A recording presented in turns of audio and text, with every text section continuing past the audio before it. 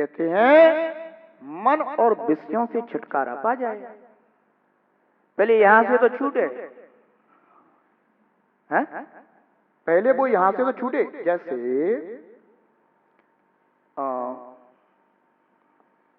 Plastic होती ना, rubber होती ना, और उसको खींच करके और किसी चीज से बांध दिया जाए, तो जब वो जिससे बंधी है, जब तक वो उससे नहीं छूटेगी तब तक वो अपने में आएगी नहीं। आ जाएगी कि वहां भी बंधी रहे और कहें कि हम तो अपने में, हम तो अपने सहज भाव में, हम तो अपने सहज स्वभाव में, और बंधे हुए हैं वहां। कैसे होगा?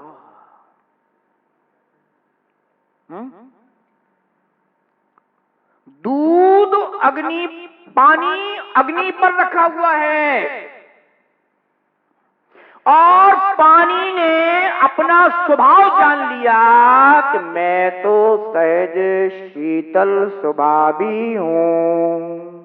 जान लिया कि मैं तो कैसा हूं, मैं तो सहज शीतल स्वभावी हूं। अब वो अपना कितना भी चिंतन करे, मैं तो सहज शीतल स्वभावी हूं, मैं तो सहज शीतल स्वभावी हूं, मैं तो सहज शीतल स्वभावी हूं, और रखा किस पर है? अग्नि पर।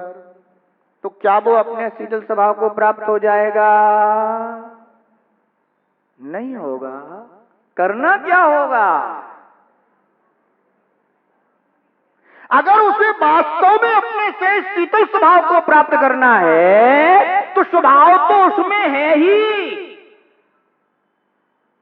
कोई जल को शीतलता कोई दूसरा नहीं दे सकता, वो उसका अपना स्वभाव है और वो उसी में विद्यमान है। पर जब तक वह उस संयोग से नहीं हटेगा तब तक वह जानता हुआ भी, मानता हुआ भी, समझता हुआ भी अपने सहज शीतल स्वभाव को प्राप्त नहीं कर सकता। क्या करना पड़ेगा? अग्नि के संयोग से जल को हटना पड़ेगा, अग्नि का संयोग त्यागना पड़ेगा, छोड़ना पड़ेगा। तो वह जल अगर कोई दूसरा संयोग ना भी मिले तो भी वो अपने स्वभाव से, अपनी शक्ति से शीतलता को प्राप्त हो जाएगा। भो आत्मन, अपने आत्मा के सहज स्वभाव को तू कैसे प्राप्त करेगा? तो आचार्य योगिंदु देव कहते हैं कि जिनसे छुटकारा पाना है तू उनसे छुटकारा पा। अब अगर जल यह सोच ले कि मैं तो सहज शीतल स्वभावी हूं, अग्नि का मुझ में कोई प्रवेश नहीं, मेरे स्वभाव में अग्नि का कभी प्रवेश हुआ ही नहीं था, हुआ ही नहीं है, आगे भी नहीं होगा, इसलिए मेरा तो अग्नि का सहज त्याग हो गया, क्योंकि मैं तो अपने सहज स्वभाव को ही जानने लगा हूं, मानने लगा हूं। अब जब मैं अपने आत्मा के सहज स्वभाव को ही जानने मानने लगा हूं तो मेरा उसका त्याग हो गया कि नहीं हो गया? और रखा किस पर है? तो ऐसे त्याग से तुम्हारा कार्य हो जाएगा क्या? बोलो ना। ऐसे त्याग से कभी तुम्हारा कार्य होने वाला नहीं है। वो जीव इस सत्य को समझ जाना, जैसा तूने अपने स्वभाव को पहचाना है, तू स्वभाव का आश्रय करेगा, पर तेरा स्वभाव का आश्रय तब कहलाएगा जबकि तू अपने मन को इन इंद्रिय विषयों से पृथक करेगा, तब तेरा स्वभाव का आश्रय कहलाएगा। अन्यथा तू कितना भी यह विचार करता रहे कि मैं अपने सहज ज्ञाता दृष्टा स्वभाव में हूं, इसलिए मेरा तो सहज ही प्रत्यक्षान हो गया। तो आचार्य देव कहते हैं कि भो जीव, तूने कभी इन पर पदार्थों से सहज संबंध नहीं जोड़ा था, जो तेरा सहज प्रत्यक्षान होगा, बुद्धिपूर्वक जोड़ा था, इसलिए बुद्धिपूर्वक प्रत्यक्षान भी कर। समझ में आ रहा ना? ध्यान रखो, अगर जल अग्नि पर रखा हुआ है और वह कितना भी सोचता रहे, चिंतन करता रहे, विचार करता रहे, या अपने शेष शीतल स्वभाव को जान करके उसका कितना भी आश्रय करता रहे, पर उसका आश्रय करना व्यर्थ, क्योंकि अभी उसने उस उष्णता को देने वाले, विभाव को देने वाले संयोग का त्याग नहीं किया है। मार्ग समझ में आ रहा कि नहीं आ रहा? आचार्य योगेंद्र देव बता रहे हैं, अपन तो केवल उनको पढ़ रहे हैं, सुन रहे, समझ रहे। वो कहते हैं कि यदि पंडित मन और इंद्रियों से छुटकारा पा जाए तो ध्यान रखना, पंडित आएगा, शास्त्री जी आएंगे और क्या बताएंगे कि तू अपने ज्ञाता दृष्टा स्वभाव को जान, पहचान, उसी का श्रद्धान कर, उसी में रहे, तो तेरा तो सहज ही त्याग हो जाएगा। वो सहज त्याग वहां बनता है जहां पूर्व में बुद्धि पूर्वक इन विषयों का त्याग हो जाता है, वहां फिर सहज त्याग बनता है ऐसे निर्ग्रंथ मुनिराजों के लिए। अन्यथा जब तक तूने अभी वह त्याग नहीं किया है, तब तक तू कितना भी कहे कि मैं तो अपने ज्ञाता दृष्टा स्वभाव में हूं, मेरा तो सहज त्याग है, तो भी तू असंयमी ही कहलाता है, संयमी नहीं कहलाता। और असंयम तो आश्रव बंध का कारण है। जैसे जल को अग्नि के संयोग से फिर भी वही विकार प्राप्त हो रहा है, ऐसे ही उस जीव को भी वही कर्मोदय से विकार प्राप्त होता रहता है।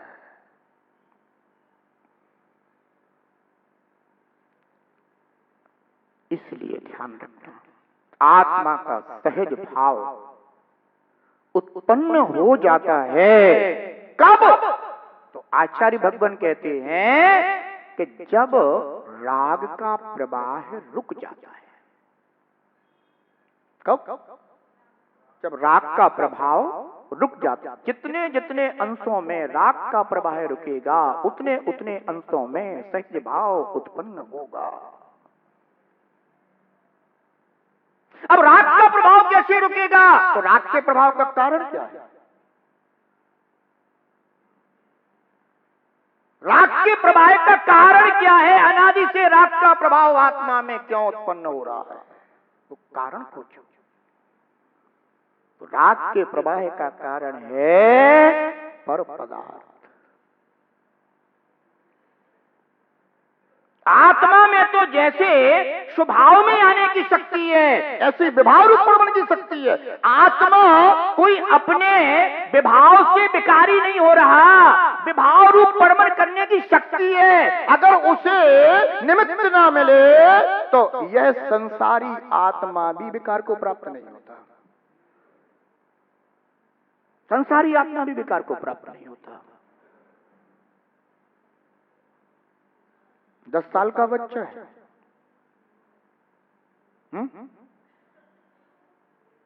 पर है तो भी संसारी, विभाव रूप अनुभव कर रहा है,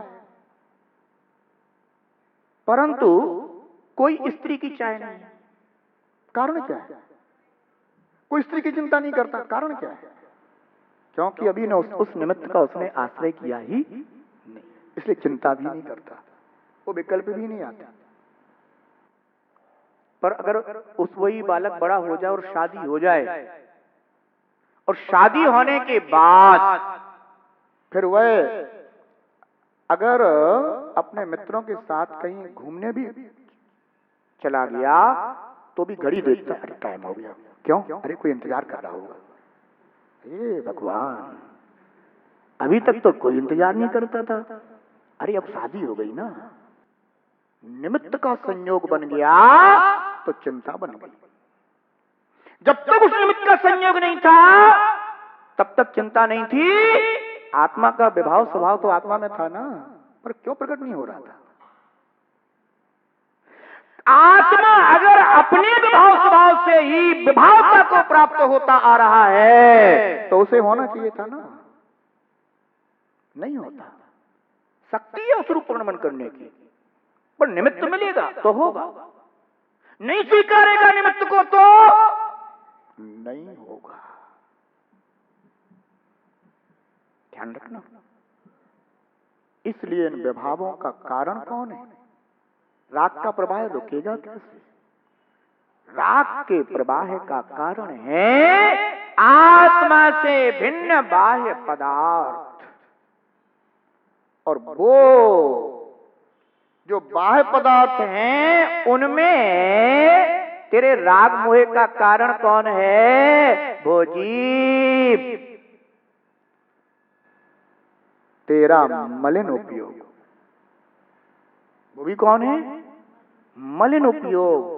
विषयों में आनंद मानने लगा तू, इंद्रिय विषयों में आनंद मानने लगा तो राग का प्रवाह बन गया। अब राग का प्रवाह बन गया तो आत्मा का सहज भाव तेरे से दूर हो गया। आत्मा का सहज भाव दूर नहीं है, नहीं है, नहीं है। बस वो जीव तू विकार के रागादि के निमित्तों से अपने को दूर कर। तेरा सहज स्वभाव तेरे में था, है, और तुझे वही मिलेगा, पर अपने को वहां से हटाना होगा।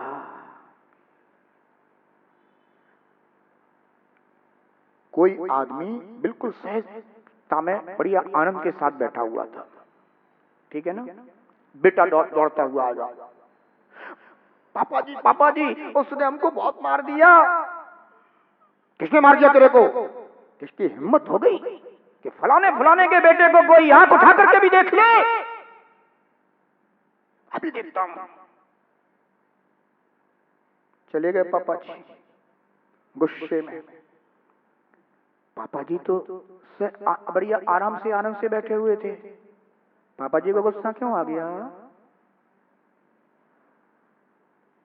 क्योंकि वह उनका रागी मोही पुत्र उसका निमित्त बन गया, और उस निमित्त को प्राप्त होते हुए पापा जी का भी पारा चढ़ गया। ध्यान रखना बंधुओं, इस आत्मा में ये जो रागादि भाव उत्पन्न हो रहे हैं, ऐसे ही बाह्य निमित्तों का आश्रय करने से उत्पन्न हो रहे हैं। आचार्य भगवान कहते हैं कि यदि पंडित मन और इंद्रियों से छुटकारा पा जाए तो किसी से पूछने की जरूरत नहीं। यदि राग का प्रवाह रुक जाए तो आत्मा का सहज भाव उत्पन्न हो जाता है। ध्यान रखना। इसलिए उपदेश सुनना तो मार्ग के अनुसार सुनना। कहीं ऐसा ना हो जाए कि तुम उपदेश सुन करके ये सोच लो कि मुझे तो अपने आत्मा के ज्ञाता दृष्टा स्वभाव का आज निर्णय हो गया, अब तो मैं केवल ज्ञाता दृष्टा स्वभावी हूँ, राग देश मोह आदि करना मेरे आत्मा का स्वभाव है ही नहीं, इसलिए वो तो मेरे से पृथक ही है। और जितने भी ये जो कुछ भी पर संबंध हैं वे भी मेरे सहज त्याग को प्राप्त हो गए। भो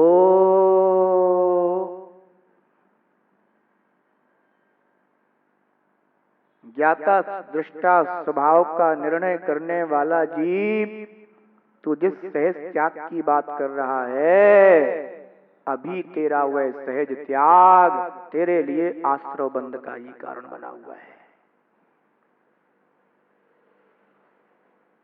उसने अभी तेरे आश्रव बंध को रोका नहीं, पर सुनने में कितना अच्छा लगता है कि मैं तो हो ही गया, ज्ञाता दृष्टा स्वभाव भी मिल गया, सहज त्याग भी हो गया, इन मुनराजों से अच्छा हो गया मैं तो। ये त्याग करे फिर रहे हैं, इन्हें ज्ञान तक नहीं है। कौन कहता कि इन्हें ज्ञान नहीं है? अरे जिन्होंने इन अनादि के प्रिय ऐसे बाह्य संबंधों का, बाह्य विषयों का ज्ञान पूर्वक त्याग करके और अपनी आत्मा के सहज भाव को प्राप्त करने का पुरुषार्थ जगाया है, कहते हैं कि उन्हें ज्ञान नहीं है, तो तुम तो सहज ज्ञाता दृष्टा स्वभाव में रहो, तुम्हारा सहज प्रत्यक्षान है। अरे सहज प्रत्यक्षान तो तब होगा जब पानी अग्नि से नीचे उतर जाएगा, तो वो सहज प्रत्यक्षान को भी प्राप्त होता हुआ अपने स्वभाव को प्राप्त हो जाएगा। क्योंकि पानी अग्नि के संयोग से उतरने के बाद भी उष्णता को लिए रहता है, पर वो उष्णता अब कैसे होगी? अब वो सहज, क्योंकि अब वो अपने सहज स्वभाव को प्राप्त होगा और उसकी उष्णता सहज रूप से परित्याग को प्राप्त होती जाएगी। पर जब तक ये संयोग नहीं छूटा है, तब तक वह राग का प्रवाह बना रहेगा और वो जीव तू सहज भाव को प्राप्त नहीं कर सकता।